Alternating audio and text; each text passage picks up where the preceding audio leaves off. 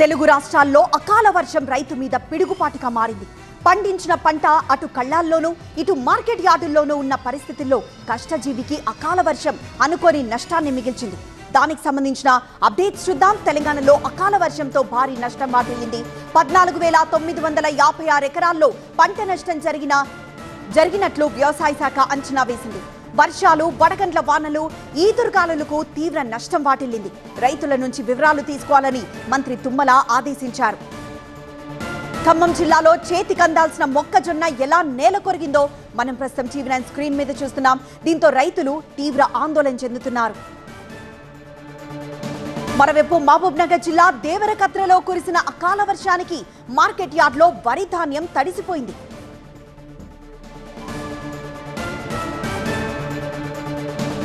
ఇటు నిజామాబాద్ జిల్లా బోధన్లో భారీ వర్షం కురిసింది.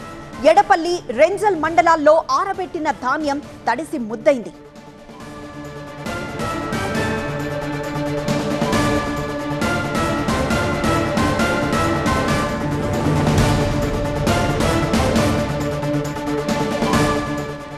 ప్రస్తుతం మనం టీవీ9 స్క్రీన్ మీద 3 డిఫరెంట్ ప్రాంతాల్లో ఖమ్మం, మహబూబ్ నగర్, నిజామాబాద్ నుండి విజువల్స్ చూస్తున్నాము. మొక్కజొన్న పంట ఒకవైపు పొలాల్లోనే ఎలా తడిసి ముద్దైందో చూస్తున్నాం. మరోవైపు కళ్ళాల్లోకి ధాన్యం రైతులు తీసుకొచ్చిన తర్వాత అకాల వర్షంతో ఆ ధాన్యం అంతా తడిసి ముద్దవడం, దాన్ని ఆరబెట్టేందుకు రైతులు పడుతున్న కష్టాన్ని చూస్తున్నాం. మరోవైపు ఆరబెట్టిన ధాన్యం, నిజామాబాద్లో ఆరబెట్టిన ధాన్యం కూడా ఎలా తడిసి ముద్దైందో చూస్తున్నాం. అకాల వర్షాలతో రైతులు తీవ్ర ఇబ్బందులు పడుతున్నారు.